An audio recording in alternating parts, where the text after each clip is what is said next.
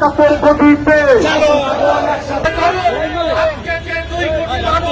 এই দেশের অর্থপ্রদান দেয় এই সরকার তাদের প্রতি যে অবহেলা করেছে এই অবহেলার প্রতিবাদে আজকের এই কর্মসূচি।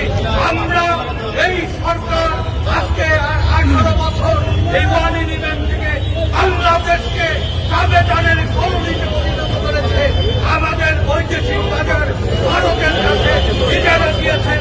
দেশের অর্থ সম্পদ, দেশের শিক্ষা ব্যবস্থা, দেশের বিচার ব্যবস্থা, দেশের প্রশাসন ব্যবস্থা আজকে ভেঙে তছনছ করে দিয়েছে। আজকে খালেদা জিয়াকে বন্দী করেছে, আজকে তারেক রহমানকে নির্বাসনে রেখেছে। এই অবরুদ্ধ বাংলাদেশকে সার্বভৌমত্ব বিপন্ন করেছে।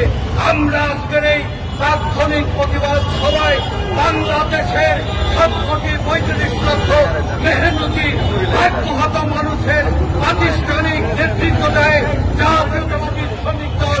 এই জাতীয়তাবাদী শ্রমিক দলের নেতা কর্মীদের আজকের এই প্রতিবাদ বাংলাদেশের প্রতিটি শ্রমজীবী মানুষের ঘরে ঘরে যে কোনো নির্যাতনের বিরুদ্ধে, যে কোনো অনাচারের বিরুদ্ধে, অবিচারের বিরুদ্ধে শ্রমিক দল জনগণের পাশে থেকে লড়াই করবে। আমার